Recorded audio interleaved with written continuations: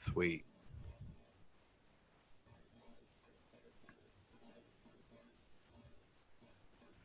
It's taking a minute. Hold on. I like to let the theme song play for a little bit so I know how I can edit it better. All right, it's going live. All right, Cool. going live.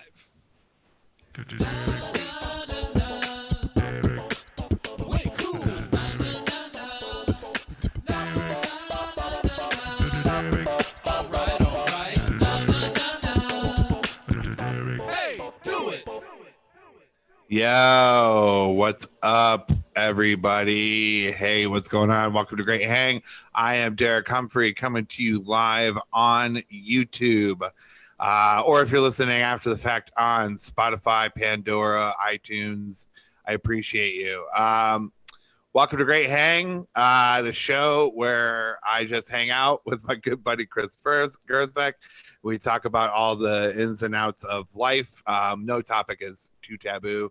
No thing is off. I'll say off base, but I probably sound off base at times. Nothing's off limits. We'll say that. I gotta fix the lighting. I look like the ghost of Uncle Buck in this photo or in this video. Anyways, joining me as always, the one, the only Chris Gersbeck. Hey, how you doing? Yeah, hey, sounded enthused off the top. It's a good thing this isn't a live in front of an audience show. People would throw tomatoes at you. Sometimes I think on these things I'm like scared to be too like energetic just because I'm like just sitting at my desk. Like I'm not gonna be like, holy shit. But we were we were doing the goddamn Dave Hill show, and we had Frank and Trace on, and Dave was just like, so where can people get tickets? And I was just like, I was so low. I was just like, oh, you can go to Eventbrite and you can just search for the ads. And he's like, it's like, you're supposed to be the hype man for this thing. Yeah, I know. Yeah, you sound like Michael Barbaro from The Daily. Hi, I'm Michael Barbaro. Here's what you need to know to be a good ally today. Yeah, I get it too. You remember the first time you saw inside? I remember when I used to listen to morning radio back when that was a thing, in the 80s and 90s. And I had an idea in my head of what morning radio is like. Kiss FM Morning Zoo with Denny Schaefer. Yeah. And you just think wow, somebody's having a party first thing in the morning, and then you see a picture of it, and it's some fat dork behind a computer, fake ramping everything up and whatnot. I mean, I'm excited to do this show. This is one of my only means of communicating with the outside world anymore. I thought you were going to say income. I was like, yeah, that too. Gonna make the same amount of money. This is the first year I'm gonna make the same amount of money in comedy that I did the first year that I did comedy. Wow. I'm just kidding. Who knows? Do you keep track year's not over yet. Do you keep track of all the money you've made just from stand-up? Yes. That's awesome. Well, for tax purposes, because yeah. And I do this thing too where I do it just almost just out of pride, because there are so many people who don't claim the cash money that they make from it. But if I get paid out $25 from New York Comedy Club, I'm marking it down that I got paid to do stand-up comedy from New York Comedy Club. But is that so you can write stuff off? Right, that too. Yeah. Yeah, equipment and everything like that. I wrote this microphone off. Yeah. Because I used money I made from comedy to do it. Judy Gold was save every tax you receipt and just claim it on your taxes, and just say you had to take a taxi home from a stand-up gig. Oh yeah, no, for sure. I wrote I know a comic, I won't blow up his spot. He claimed $8,000 in bar tabs as business meetings for comedy. And I mean, I won't do that because I'm afraid of being audited. And it is kind of a thing where I heard another comic, she was telling me her manager was complaining to her because she kept trying to claim weed money as a business expense, because it's a social thing. And, instead of taking somebody out for a client dinner, you smoke a joint with them outside the comedy club, which is where comedy relationships are sometimes made. Oh, totally. So that's not completely disingenuine, but like it's also like, come on. Yeah. Yeah, You're that's a little. claiming this cash transaction like that. But I do it like almost out of pride because my wife got me to do it a few years ago when I was just so focused on like just doing all the right things in comedy in terms of making sure I have good stage presence and all I want to make sure I had all the funny part of it.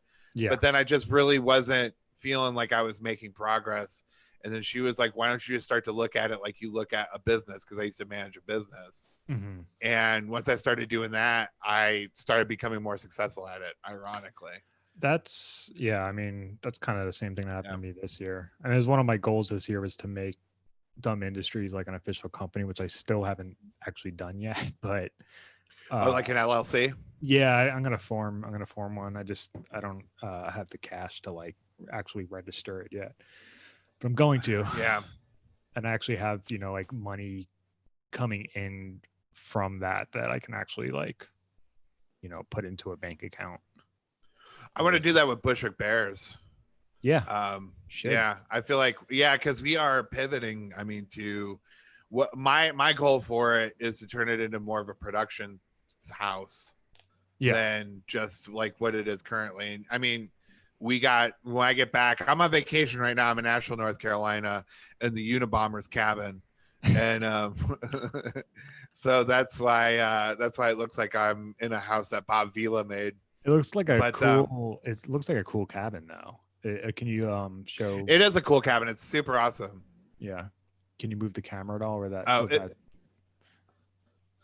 that I got a very peculiar setup in here. okay I'm very afraid of the Wi-Fi and everything just yeah turning I right hear the you. fuck off because we are in the mountains of North Carolina. We're not even in Asheville. We're like outside of Asheville, very rural. It's my wife's birthday this week, so That's right. we came up here to celebrate. Happy birthday to And us. yeah, thank you. She's not a social media person, and she was taken aback at how many interactions people had like on social media with all of her with our picture up there. Yeah. She's like, "Oh my god, her picture got like hundreds of likes." I'm like, "This is what it's like to be me every day." Uh, Get like a used real to it. jerk. Yeah, no. So anyway, so when I get back from Asheville, we have like some projects that we're working on that we're going to do that I'm really excited about. And because stand-up comedy is dead, it will be for the foreseeable future. And when it does come back, it's just going to be kind of awkward at first for a while, Yeah. I think. So It has been coming back slowly, but then yeah, I feel like it's being so scrutinized, especially in New York City, that it's going to be a while before there's any sense of yeah, normalcy in the stand-up world in New York. But I think yeah, it'll there happen. were yeah, for sure. I mean, it's too much. I mean, it just probably won't be for like a long while. Yeah. And to be frank, I'm not really like super. I'm not super interested in. I'm not losing any sleep over not doing like outdoor shows. Yeah. And not to sound like a dick, but it's like I got into comedy to do comedy in comedy clubs and theaters and stuff like that. And when you start doing that, it's like I like to go. I'll do these outside shows, I guess, as they ask, but like I'm not like really like banging down people's doors to do them because like I did a couple just by happenstance. I walked by a few and I just want to hang out with comics. They have to, and everybody's just sad. Everybody's just sad as shit, sitting outside on a Yeah. blanket or on a in it, and everybody has to be far away. And it's just not like I like. I love being. We have the Bears had a show at the Stand, Mhm. and you could fit 70 people in a very tight space, and you're right up front, and you feel like there's an energy to that that's really lacking. And so this whole thing has kind of forced me to recognize that like I miss doing sketch, and I miss doing some of this other stuff that we have planned, and so we're just going to start doing that. Yeah. And I mean, we probably should have been doing this a long time ago, really.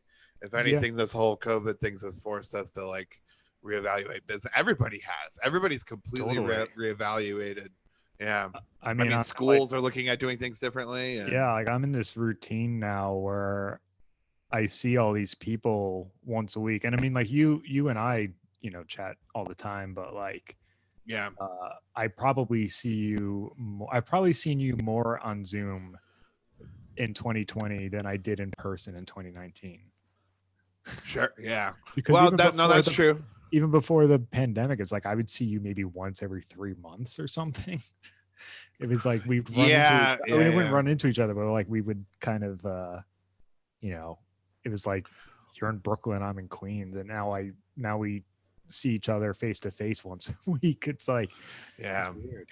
For people who don't know the distance between, like, a person like me, when I first moved to New York, I was like, I was gonna ride my bike everywhere, and everything's gonna be so close because it's New York. Everything's on top of each other and whatnot. And then, but to explain, like, to go from Flatbush, which is South Brooklyn, to the very end of Astoria, Queens, which the next stop up from Astoria is the water. Yeah. It would take an hour and a half by train.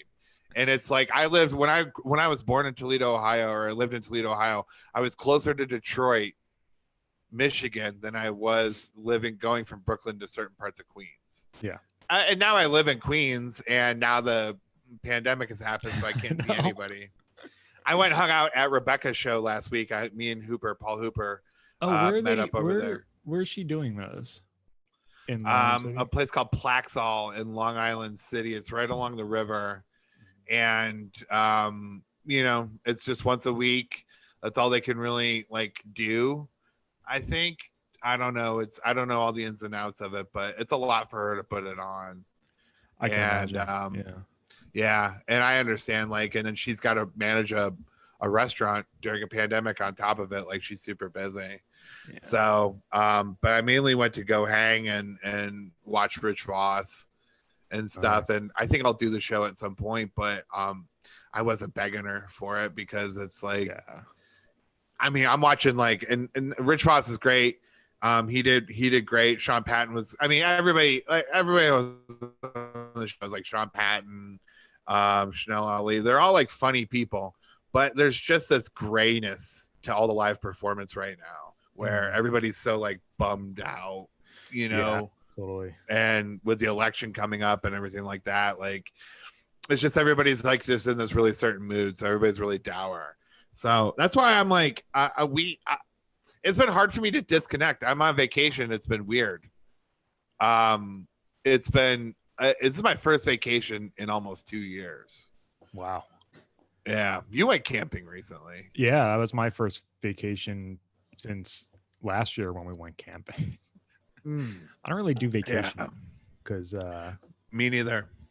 I can't afford it. But the but last camping, vacation that I sorry, go ahead. The last vacation that I did though, I went with some friends to Hawaii, and I skipped out on. It was either do that or do an audition, and I skipped out on the audition, and then my vacation, I was just stressed about it the whole time. Yeah. And so I'm actually glad that pandemic is going on right now because I got asked to do like 2 shows this past week, and I was like, now I'm on vacation, and normally I would flip out over missing anything, but because of the state of the world now, I'm like, no, I'm just gonna go enjoy myself in the cabins in the wood. Yeah. So we talked about leaving New York and moving to Asheville, North Carolina. When? Have you ever been here before? No, but I know, like, I have a second cousin who her whole family moved down there like 10 years ago. It was like very hip Okay. at the time. Yeah, is she a hippie? Kind of. Yeah. Yeah, A little more. that would make sense. This place is full of hippie. It's either hippies or rednecks. It's either they didn't like it there. They left after like a year. But oh, no kidding. I remember they were so excited to move down there just because it was such like it's like kind of like one of those hot spot cities that everyone. Yeah, that's the thing too. Is I've been here a few times. I had a girlfriend at one point in time who lived here. And then I had another one who wanted to move here, so we would always just come here, or I came here like a couple of times. I came here one time for comedy. one time, like just to, I don't know. And I've been here. We came last year for Christmas, and it's beautiful here. It's beautiful. We're staying in a cabin in the woods. We have fireplace. We have a hot tub, which is not roughing it at all. I know. It's like this is the first. I know. Like this, I felt guilty taking a vacation. I haven't taken one in 2 years. Meanwhile, like people are like enjoying their lives, Yeah. immensely. So, anyways, and it's peaceful. It's quaint. It's beautiful. Where there's the smell of firewood and everything. There's birds. There's nature and all that sort of stuff. And like I couldn't hate it anymore. Are things I like opening up down there now, or is it shit's going down here? No, I mean people are being pretty responsible here. That's one thing. Like if you watch the news, like you would think the South is like, I mean, they're not as uptight about it as New York, but they're also not as in as close quarters as New York. Yeah, there's a lot more wide open spaces, but people are wearing masks inside, and the majority of people are wearing masks just walking around the streets. It's that, like, if you watch Twitter or the news, they're going to tell you every city in the South is like pandemic hotspot because people are just mouth kissing with COVID in the streets, and that's not true. And it's the same as like when you watch the news and they try to tell you that New York City is on fire 24 hours a day, and that it's rampant with the worst type of looting and riots, and crime and everything. Yeah, it's a bunch of bullshit.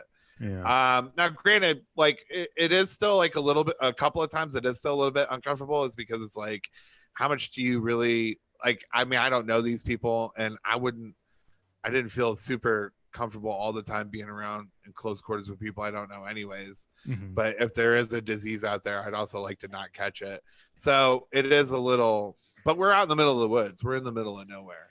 But best. Yeah. I've often going camping is just like, I think just the best thing anyone can do right now. It's just to get away, it's great. Just to be outdoors and not have people around you. I wish I think everyone should do it. I mean, it's not, equipment is expensive, but I'm sure you can get like you don't need much really to have a good camping trip. No, you really don't. And I like sleeping on the ground. It's good for my back. Did you ever go to camp as a kid? Yeah, I went to sleepaway camp when I was like 12 or 13, a couple summers. Sleepaway, wasn't that a movie? It was, yeah. Yeah. But we used to go, my whole family used to go camping like every Memorial Day weekend. So that's cool. Yeah.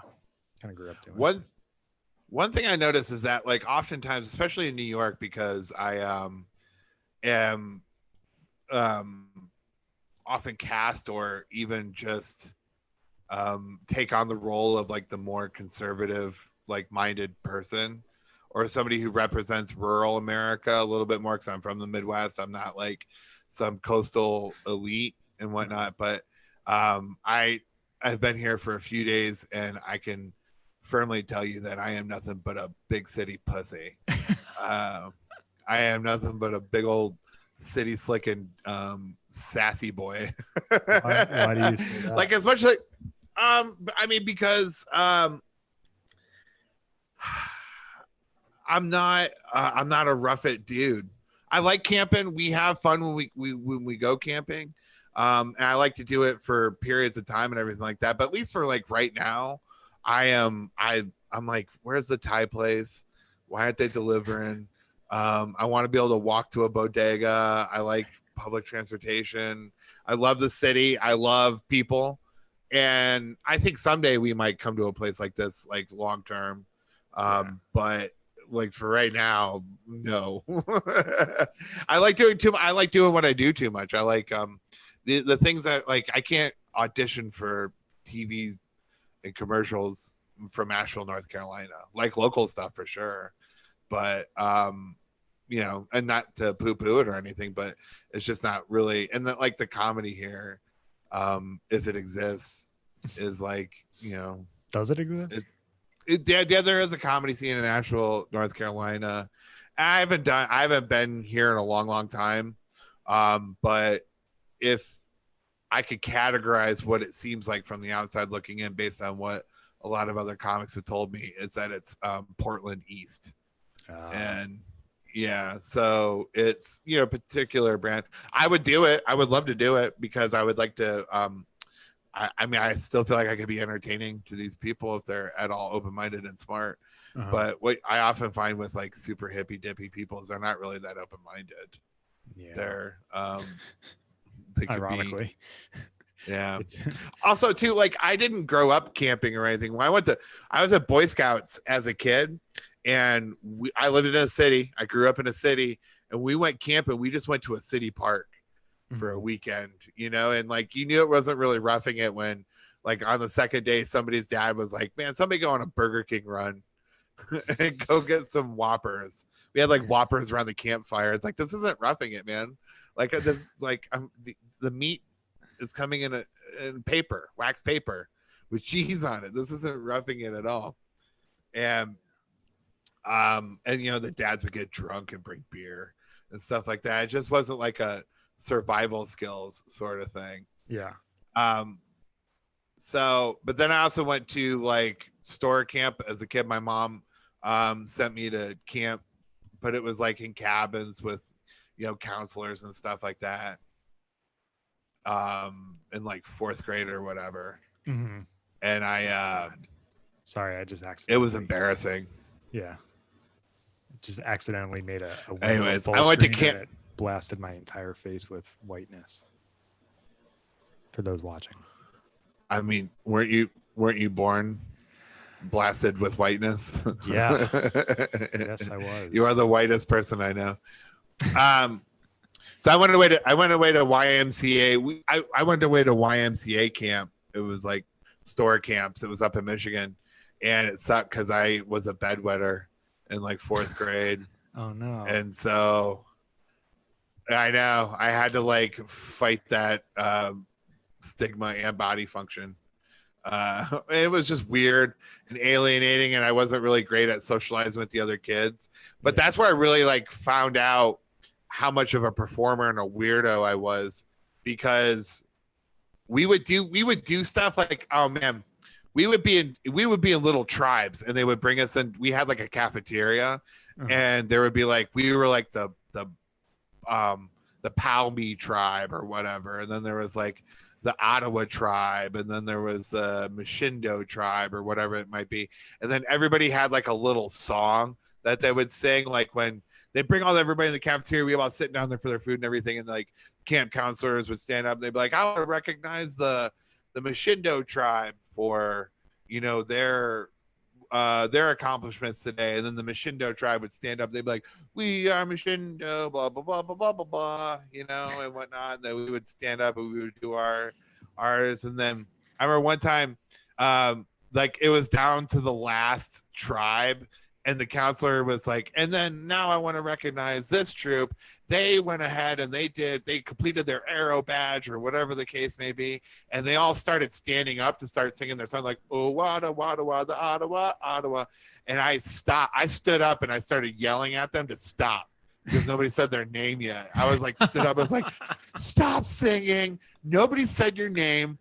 Sit down until somebody says your name. Like, counselors like, amazing. Well, he's right, but you're kind of a dick, Humphrey. I was a dickhead kid, but none of the other kids are like cool to me. So whatever, my thing with sleepaway camp is I oddly went to a Jewish sleepaway camp, and not just like it's a Jewish camp. It was like a religious Jewish camp, and I am not Jewish at all. Okay. I had a really good friend. I had a really good friend. I'm still actually good friends with, who was Jewish, and he kept going there every summer and kept telling me, you know, how awesome it was. He's like, you know, you can go, like, you don't have to be Jewish. They don't, you know, check your dick on the way. Right. Yeah. But I really loved it. And I'm not a religious person at all, but it was kind of great to get. Like, what did you love about like the challah? No, well, more just like, I guess. Have you seen Wet Hot American Summer? No. It's just, there's kind of like a culture. I know it's like a big faux pas in comedy. there's kind of just like this culture with Jewish summer camps, and I think that movie in particular kind of nailed a lot of it, like just like the weird, just like the way people interact with each other and the way kids are just fucking gross and like I don't know. There was just that could apply to Yeah. Oh any yeah. Kids sleepaway are fucking camp, I'm gross as sure. shit. But yeah, but I think Yeah. Oh yeah. Yeah. I think Oh yeah. We had kids getting fingered left and right in 6th grade camp. oh, that was the other thing is like it was such a like that was like where you learned everything basically was at sleepaway camp. Hell yeah. Hell yeah. Hell yeah. Uncontrollable boners. um, yeah, I heard Birthright's a real fucking banger too. Like a lot of the Jewish kids when they go on Birthright and they go to Israel and everything, it's just a fucking hookup fest as Yeah. well. Yeah. I mean, they're keeping it in the tribe. I think that's part of the aim. So Yeah. I'm jealous. I wish I could go to. I want to. I mean, my only birthright is going to Walmart. That's where I come from. I used to go to day camp. My mom was a single mom. I used to go to day camp through the YMCA, and we would do stuff like we would go horseback riding for the day. You know, we would. My mom would drop me off the YMCA, and then we'd be hanging out in the gym, and then they muster everybody together, and like we'd either have like a pool day where you get to swim in the pool. We have basketball day. We go do an activity. We go to the park and all that sort of stuff. And then one time we were having like an activities day. It was almost like they're doing like a kids Olympics, like 3-legged race and the sack race and everything like that. So we went to one of like the city's metro parks, and we used to often have to meet up with like other YMCA's and everything in order to have like enough kids to facilitate this sort of stuff. And one day we were doing this and we were having a picnic, and we met up with another YMCA, and the other YMCA had kids who were handicapped, who were like mentally handicapped and mentally challenged and whatnot. I don't know if that's the proper term to say that, but like they had, you know, condition. I felt very bad for them. Yeah. Yeah. Yeah. Back in the day when everybody was really mean, they were just called the short bus kids. But, I mean, is that derogatory? I don't know. Like, I think, I mean, they rode a short bus for sure. I mean, it's more of a descriptor, but like, I could never make fun of. I never made fun of people for that sort of thing. Like, I've never made fun of, as long as I can remember, anything that they didn't have any control over. Mm-hmm. Like, that's fucked up to, you know, make fun of somebody for that. I mean, maybe I did when I was a little kid because I was an insecure little bitch. So I didn't have a dad or whatever, and that was just like a defense mechanism to make myself feel better. But it definitely, like, once I became conscious of that sort of thing, for sure. But I was also a fat kid, and that's how much of a fat kid I was. Like, we had a picnic set up, and we had like a table set up with like lunch meats and everything like that, and chips and everything, and styrofoam plates, and it was like getting to be lunchtime and everything. And it was just for our camp. It wasn't for the camp with the kids with the slow kids or anything, you know, or the kids with Down syndrome or anything. And so, like, the camp counselor just set the food up and everything. And like one of the kids from their camp just comes over and starts grabbing a plate and starts fixing himself a plate. And I'm getting all mad as a fat kid. And I'm like, somebody come get this guy. He's eating our food. Somebody come stop him. And that's how, because I was like, I want food. I'm a little fat kid, and this is the only thing that makes me happy. And then somebody had to come and get the kid, right? This lady, she came and got the kid, and she, you know, she didn't scold him or anything like that. You know, she just explained, like, no, this isn't for you. This is for, you know, this fat kid and his friends and everything. And she kind of gave me a look of like, you should probably be a little bit embarrassed about yourself. But it was also like, I was such a rule follower and everything, and like I never really forget the look on her face. And then that was during the summer, and then at Christmas time, I went to my grandpa's house, and my Uncle John had a new girlfriend that he wanted everybody to meet, and it was her. It was the camp counselor from the slow kids camp.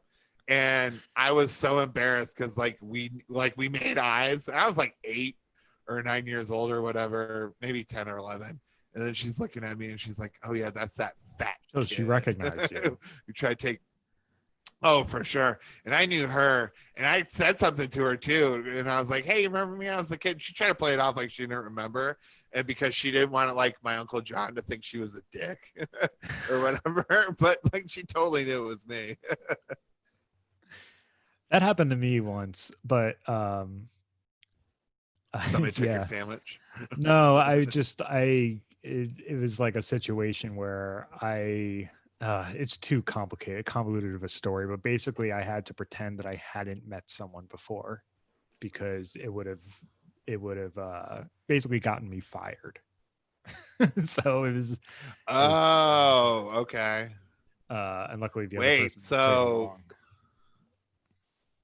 who was the other person? Was the other person in She pornography or something? no, she worked at this other company that I had interviewed at, and if the current place I was working at had known that I had already met her, or if she said anything like, "Oh my God, you're here," like, just because she ran into me, they would have been like, Yeah. "How the fuck do you guys know each other?" So it was like very awkward. Right. Yeah. We've never met before. But first, Yeah. but I have a good story about sleepaway camp. And I had a friend who wrote for Jezebel, or like one of the like bustlers on someone site, and she was collecting stories from people about their experiences at sleepaway camp. And so I told her this story, and she printed it, like it went up online, and I didn't give my name, it was anonymous, but uh so basically one of my bunk mates, we were like 14 or whatever, and we dared him to fuck a Snapple bottle, and we said we'd give him $5 if he, if he fucked the bottle.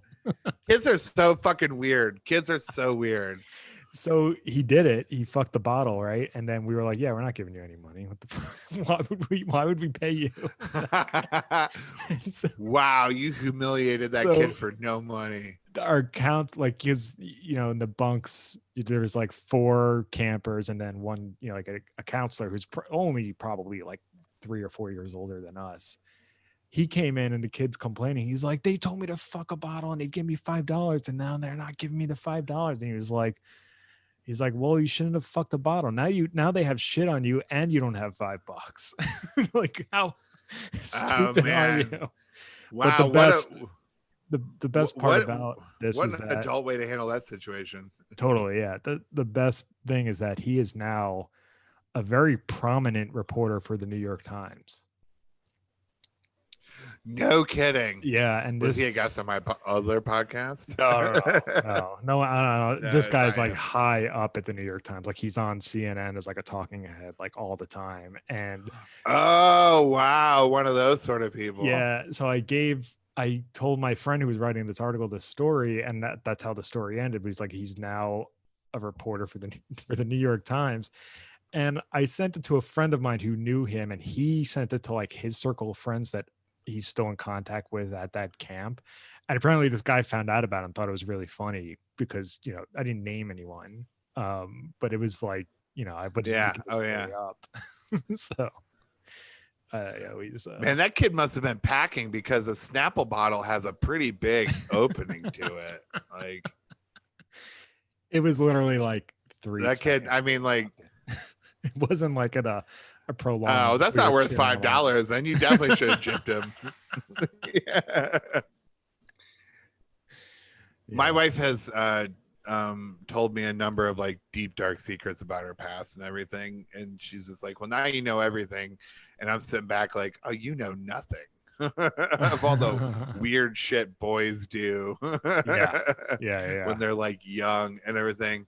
It is so weird because, like, I mean, it was perfectly exemplified. We went to our friend's daughter had a birthday party last weekend, and we went, and it was, the girls were playing with like girl stuff or whatever, and then there's like a group of boys who were just hitting rocks with sticks.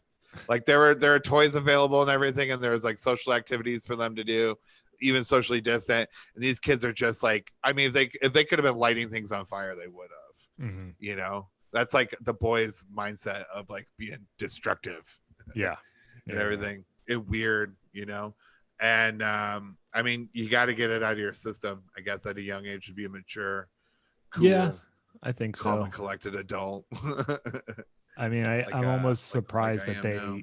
they let us get away with as much as we did.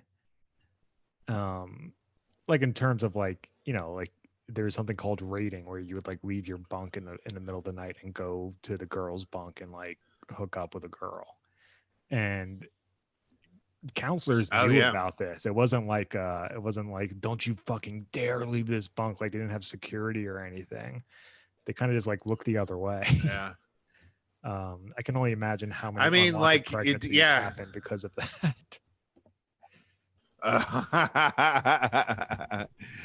Well, in where I came from, they were wanted pregnancies, and they just went ahead and had them during school. There's a girl that I went to school with at our 20-year reunion. She was a grandmother already. Holy shit. I didn't go to the reunion. Actually, I take that back. It was like, well, she went to the reunion, but everybody told me like, oh yeah, she's a grandma. I'm like, Jesus Christ, because she had a kid in high school, like Mm-hmm. our sophomore year or whatever, and then that kid had a kid. So it's the circle of life. Yeah. It's like Ryan, Ryan My Arnold, who's a stand-up. He's a grandfather, and he's only like 41 or something.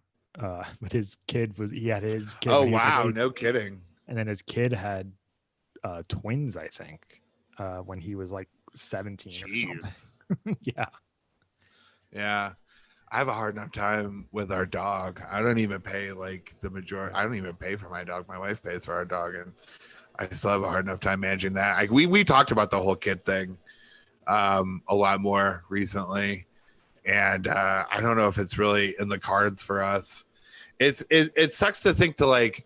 I wouldn't want to. I've always said that I wouldn't want to not live a full and complete life just for the elusive carrot of stand-up comedy, Mm-hmm. or comedy in general, because it's like you can still have a fulfilling life without being a comedian, right? Right. But I would hate to take out my frustrations of not making it like on a kid. Yeah. And I would like to think I wouldn't do it, but I mean, who knows, But it's definitely like you have to have some actualization or some, I guess some value to your life outside of something so stupid as like, because like, really honestly, it's like people have I think we made the point on the show before, like, no matter like who's the most famous comedians like ever, it's like Robin Williams, his life ended in suicide, you know. But like George Carlin, Joan Rivers, they all get sandwiches named after them at comedy clubs or, drinks or whatever. But it's George Carlin had a street named after him, but that's just such a rare thing. It's like you just really have to, if you're involved in comedy, it's like we were talking about the whole Sarah Cooper thing last week or 2 weeks ago about how Sarah Cooper has a Netflix special coming up, and she's not anybody that like I particularly like follow or anything in comedy, but millions of people do, and millions of people like her. It's like just let her have her thing. And if you just don't like doing comedy because you think you deserve to be famous for doing comedy, then quit. Mm. Because like I mean, being famous and being recognized definitely does lead to more stuff, but there's a certain point in time where it can't be worth it anymore. It's like I just like the actual act of doing comedy. That's the thing that's killing me. I think there's also that Not being able to do thing. Anyone who I've like really respected in comedy and have gotten to know them, none of them are happy in their career, no matter how far along we think that they are. It's like in their heads, they're like, I'm garbage. And it doesn't like from our perception, it's like, no, that guy's like, he's like he's a rising star. She's a rising star. She's gonna be on Colbert next year and like all this shit. And then you talk to them and they're like, yeah, I fucking suck. So I don't think that goes away no matter how successful. Yeah. Well, until you learn to manage it yourself. And that's just something that anybody in any business can apply to themselves. Is like, I know people in the hotel business who are probably like wish they were bigger in the hotel business. And it's like, well, at a certain point, you just gotta like be happy with what it is that you're doing. Yeah. You know, like Lori Kilmartin was on Twitter last week. And she's a writer for Conan, and she's like been in comedy for 30 years. She headlines comedy clubs. She's really great. She had an album or a special last year that I thought was really good. And she was talking about how Rob Schneider has a Netflix special coming out, and she can't get like a Netflix special. And she just like, it sucks because like I've been working all this time, and it's just the boys club, and it's like, well, I bet Rob Schneider has fans because he's in all those Happy Gilmore movies and whatnot. And I bet if you ask Rob Schneider, he's like pissed off that he's not Adam Sandler. Yeah. I mean, Adam Sandler seems like he's pretty happy in comedy, but like you never know. Who knows? Adam Sandler is going to do one stand-up special like every 20 years, and people like still love him. Which I mean, that last special, did he? Watch that? No, I haven't watched it. But I've seen Uncut Gems like 4 times. Oh, yeah. Uncut Gems was great. No, his special was actually fucking hilarious. Like, I was laughing out loud. That's what I hear, too. He's a funny dude. Yeah. He's super nice, too. I saw him one day on 4th of July in Columbus Circle, and he was wearing some American flag sunglasses. And he just said, hey, Adam. And he's way back. He's like, hey, how you doing? He's super sweet. Like, he wasn't, he doesn't seem like a dickhead or anything like that. And I mean, he's like universally renowned. But yeah, there is a thing where it's like, people are like so upset because they don't have this or the other. I mean, honestly, people like often describe me as like an angry person, and it's like, well, a lot of things I say I'm really saying to myself.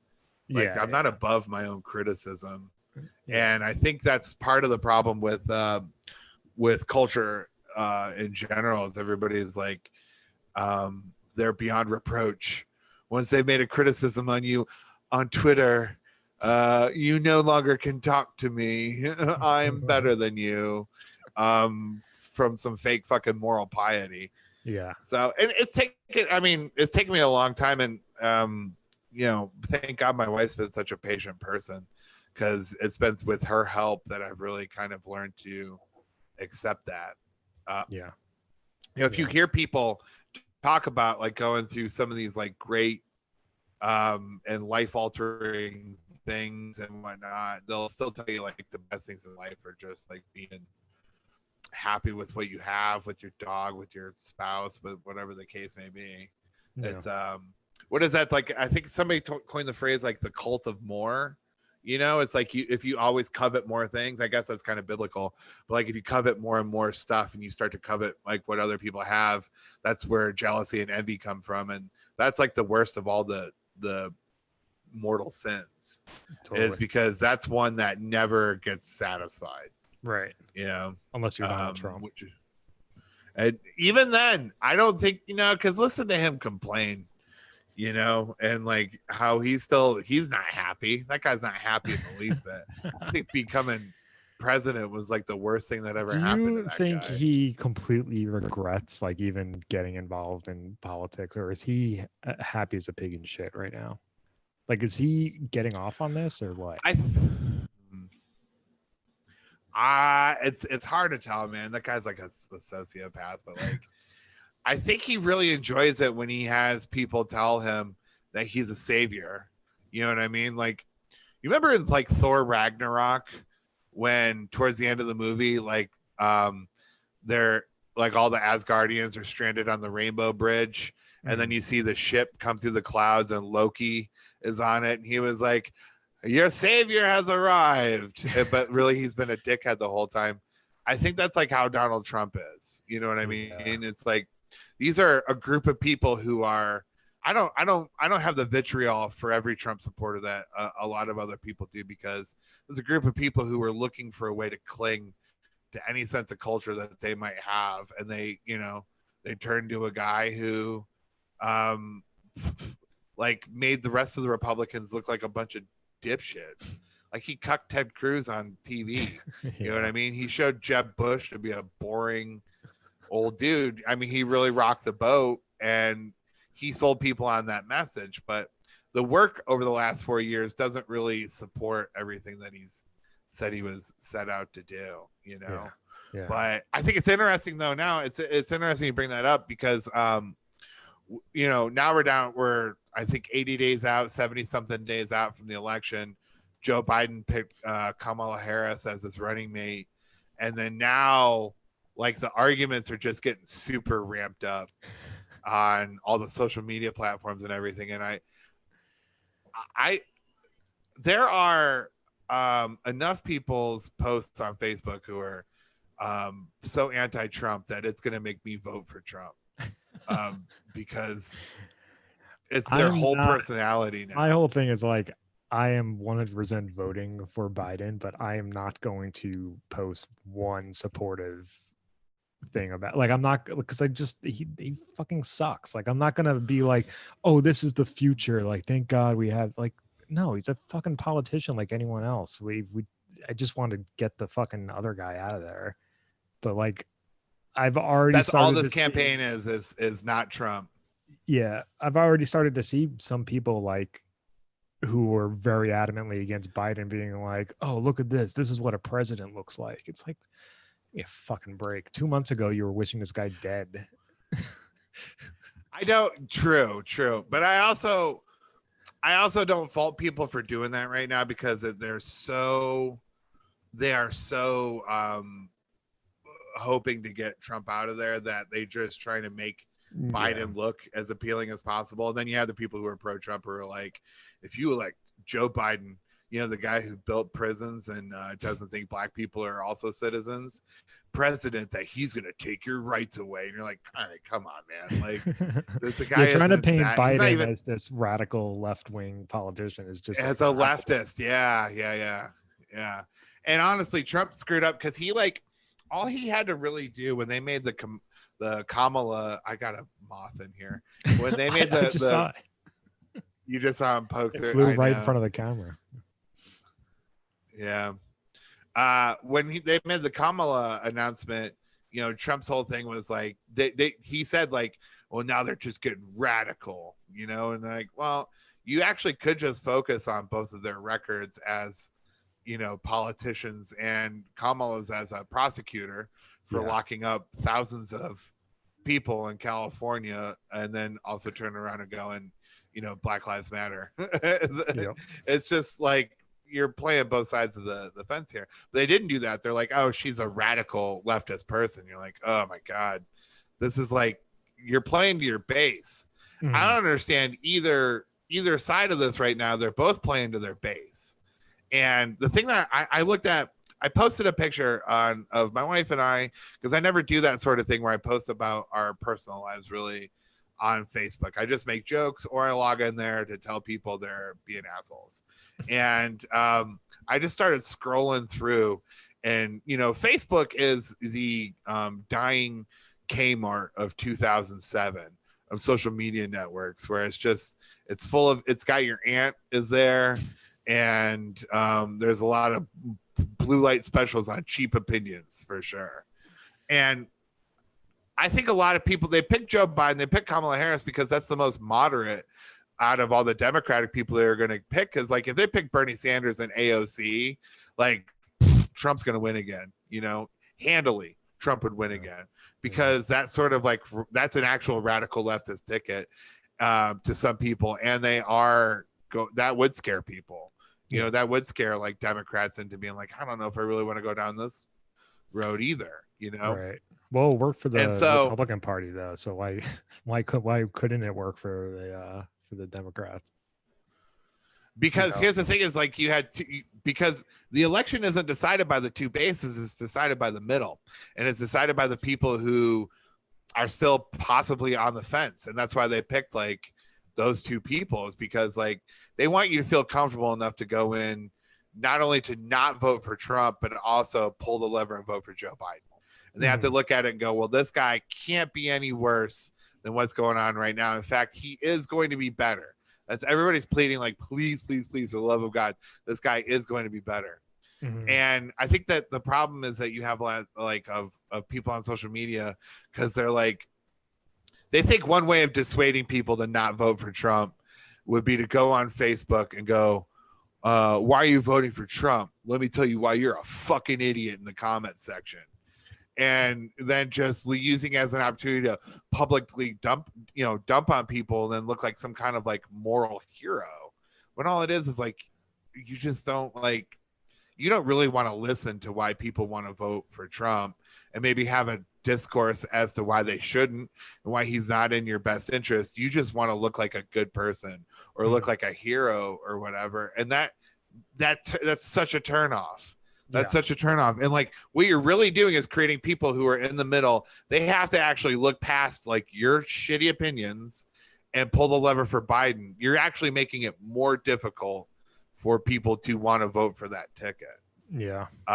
Because Kamala's record as like on criminal justice isn't that great, and Joe Biden's record on with corporations and the police isn't that great. If you're coming at it from a Democratic platform. So, in my opinion, it doesn't mean I'm not voting for him, but it doesn't help if you got somebody on social media telling you're a fucking idiot for maybe questioning your decision at all. It's just how we speak to people nowadays. I decided long ago I wasn't going to get involved in any political arguments on Facebook. Shortly after Trump won, I think I was just like, I'm not going to change anyone's fucking mind. No one's going to change my mind. So why do I think I'm going to be able to change someone else's mind? It's just pointless. What's so funny is that nobody has a sense of humor on either side of this. Because I have friends of mine who I was in the Navy with, right? I was in the military with. I had a decent military career, albeit it was only 5 years, but like I had like a good military career. I was respected within the military. And a lot of the people who had said nice things about me were like, oh, we really respected you and your opinion, and you're very funny and everything. And then like when I start making fun of Trump, because like Trump it's easy to make fun of him, they'll look past me making fun of Bill Clinton or making fun of the lefties or whatever, but they'll see me make fun of like Trump and be like, they'll unfriend me, And it's like, have a sense of humor, man. This guy is not your hero. He's not your savior.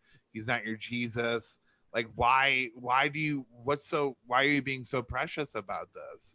And it's like, it's gross. It's like, is the country really that bad that you think like this guy who has a golden toilet is going to be your pal? Guns, and why can't you make fun of him? Abortion? That's all it is. That's all that they're trying to protect. Protect guns and then ban abortions. That's all that, and he stands for both of those things. So it's not, they can't look beyond that. That's, they're just blindsided by it. He does a really good job of convincing his base that Democrat people hate America and hate them for being like rural and from the country. And something we noted, we were driving yesterday in North Carolina, and we noticed like there's like two different types of people who are in Nashville. It probably goes back to what your friend who had moved here years ago, is that there's like a middle class or like upwardly mobile class of yuppie people who are all like bike riding, like not even just like the Pee-wee's Big Adventure bike, but like cyclocross or road bikes, and they're in the helmets and the gear and all that sort of stuff, and they drive Volvos and they vote blue, and they have degrees from fancy colleges. And then you have the guys who work for a living, they work with their hands, they drive trucks, and they don't want to be taxed to death, and but they've been convinced almost like kind of a classist thing, and that you're some type of like commie fascist if you have a college degree or if you're college educated, because there are electives like gender studies and stuff like that, and instead of them being electives, they're taught that they're told that they're mandatory, that you go through like a brainwashing thing, and having those sort of opinions or having that level of education is an elitist thing. And especially with how much tuition is nowadays, they're not too far wrong. But then you have this middle class bike riding group of people who think that everything about these bohunk truck drivers is wrong either. I overheard a couple saying, like, there's a guy driving this big diesel truck, and this couple, they're having coffee next to us, and they were talking about how, well, that person shouldn't have that big of a truck. It's bullshit that they have that size truck. No one should be allowed to have that kind of truck. It's like, that guy's like he's like a cement layer. And like, there's a ton of hills here. You have to drag hundreds of pounds of concrete up hills. You need a truck like that. So like, who are you to judge? And it's just like, there's never been such a class divide of people seemingly in like our entire lifetime, where it's like, you can't, like, I get, like, you know, certain cultural things you're just never going to understand. I'm not one of these people, but I also understand where they come from. Yeah. And I think like we need a lot more of that. So yeah, I don't know. This has been my TED talk. Jess told me she misses my old podcast. Why? So you're fired. But... Well, she said that a lot of her friends actually used to message her and be like, why did Derek stop doing that podcast? And it was hard to kind of like tell them that while I was getting really busy in comedy, you know, and in order to actually spend some time with my wife, like I had to upend Bushwick Bears because that was taking away 1/4 of my weekend. And then I had to basically stop doing the podcast because between those two things, I was never spending time with my wife. And then I was also unable to do like road work and stuff like that. So, anyways, so I guess that was like the other version of this where I got to say this opinion to somebody who doesn't look like me. Now I just got to tell it to you. What I'm saying is we're bringing it back. I'm just kidding. I mean, that show I imagine was also hard to like, because you had a different guest on each week and you were trying to record in person. I feel like every episode was recorded in person, right? Every episode was recorded in person, and it was often recorded in a studio and at QED, which was an hour and a half away from my place. So it was just that, and you know, and if somebody canceled last minute, I lost, you know, how money many times did that happen? The case may be. That would frustrate the shit out of me. Like you would be waiting to go into the studio, and then you were like, "Yeah, they just texted me. They're not coming." So fucked up. Right? Yeah, and I feel like there are some really big missed opportunities too. And there was also times too where like one of the former guests, Michelle DeSwart, she has a show coming out on Netflix, and there's a fair amount of people on the. I'm sorry. I didn't know that she got that. That's awesome. Yeah, she has a show coming out on 9/11. It's a British show, so it doesn't mean anything to them. But she has a show coming out on 9/11 on Netflix. She co-stars in it. You know, Allison Libby was on. Carol Montgomery, who has a special on Showtime, has another one I'm sure coming out at some point. She's somebody that Lori Kilmartin referenced that should be having like more success than she does. She really should. In the it's industry. Kind of ridiculous that she doesn't. She really should. Like the most like seasoned comedians I've had the pleasure of knowing, and always just so funny. Yeah, it's ridiculous. She's super sweet. She's one of the people who got me back into. Yeah, she's super sweet too. She's one of the people who got me back into acting.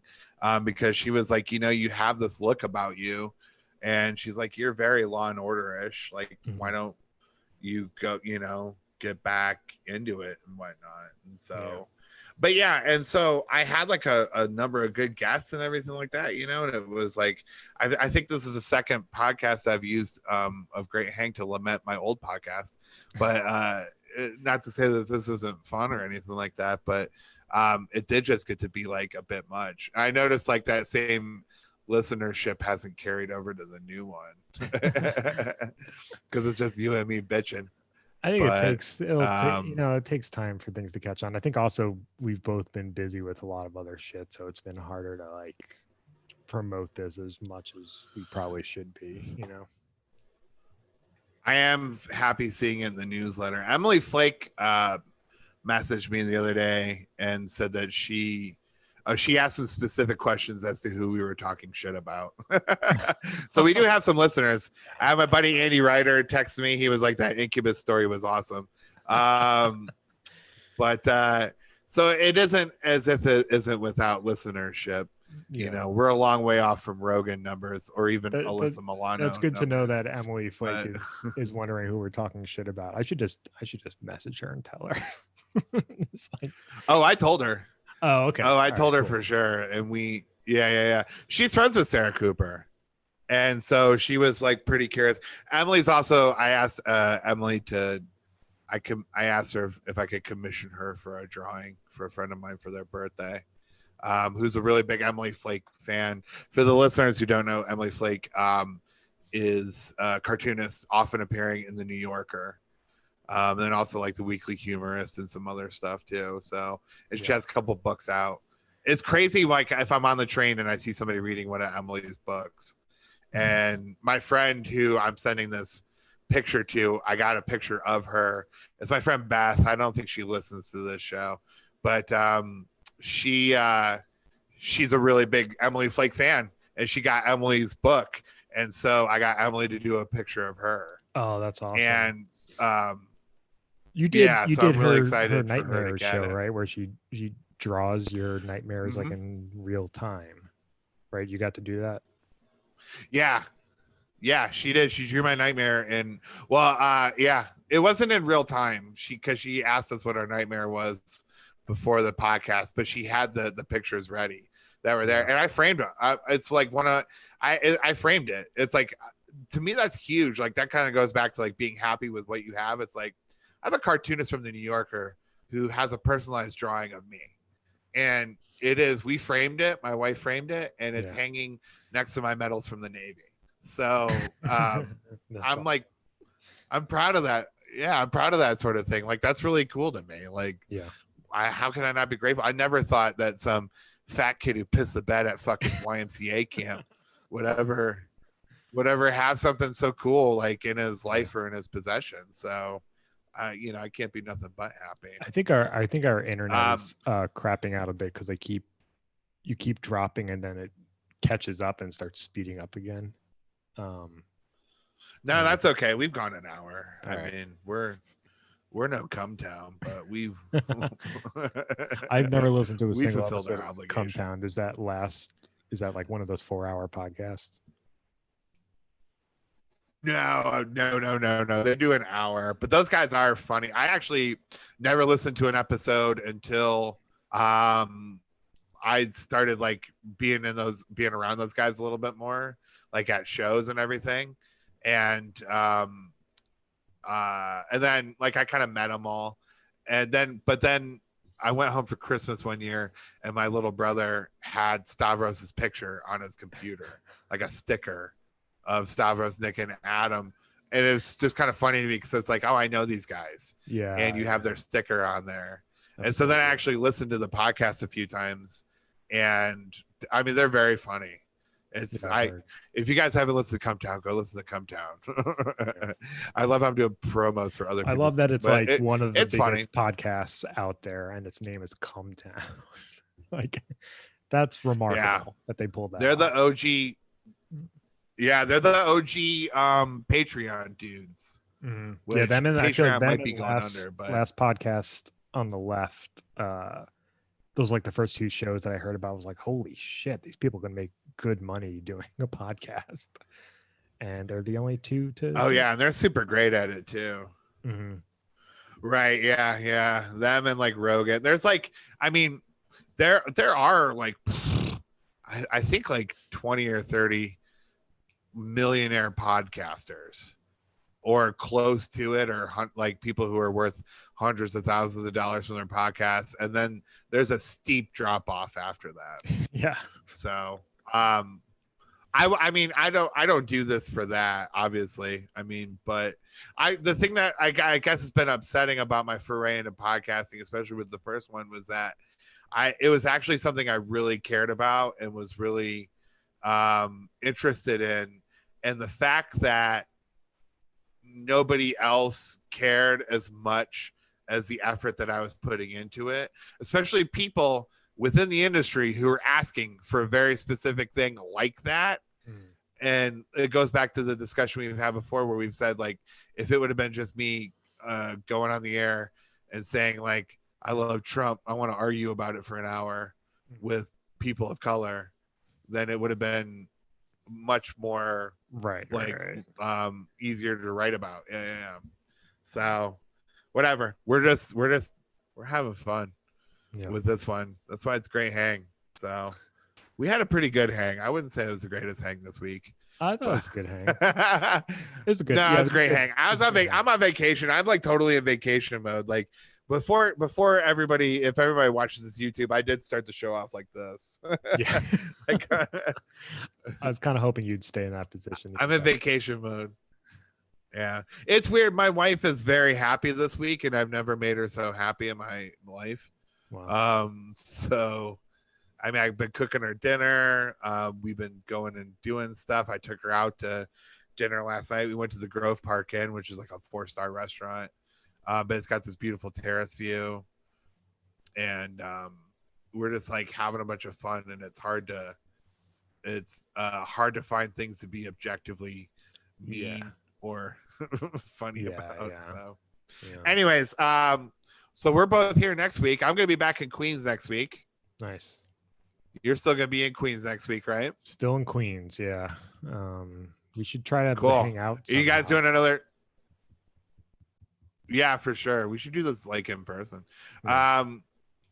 Or we can go to a movie theater. I heard those are opening up soon. Seriously, I heard they are. Like AMC is doing like 1920s pandemic prices, but not in New York City, right? I know AMC is opening up around the country at the end. No, I think so. I don't know. Huh. Let's go see Tenet or Tenet. I think it's called Tenet. I keep wanting to call it Tenet, but Tenet. Yeah. Sure. But we got to go. Here's the thing: is you're off the 7 train, right? Or are you off the F? F. Okay, we got to meet up at Bryant Park, and then we got to go see it at the Lincoln Square IMAX. That's nowhere near Bryant Like that's Park. the second largest. That is the best theater to go. No, I mean we'll meet up there. I'll meet up at the 7. I'll take the 7. You take the F. Oh, okay. And then yeah. And then or we can just meet up over whatever. I mean, who cares? But that's the second largest IMAX screen in the world. It's the best. It's really the only legitimate IMAX screen in Manhattan. I think they have these like mini IMAX theaters that are bullshit. They're like a quarter of the size of the one at Lincoln Square. Yeah, it's garbage. Yeah. I saw Avengers, I think Infinity War on that one, So now I got a great cinematic masterpiece. Anyways, all right, cool. Let's get out of here. It's been a great hang. I will see you next week, man. All right. See ya.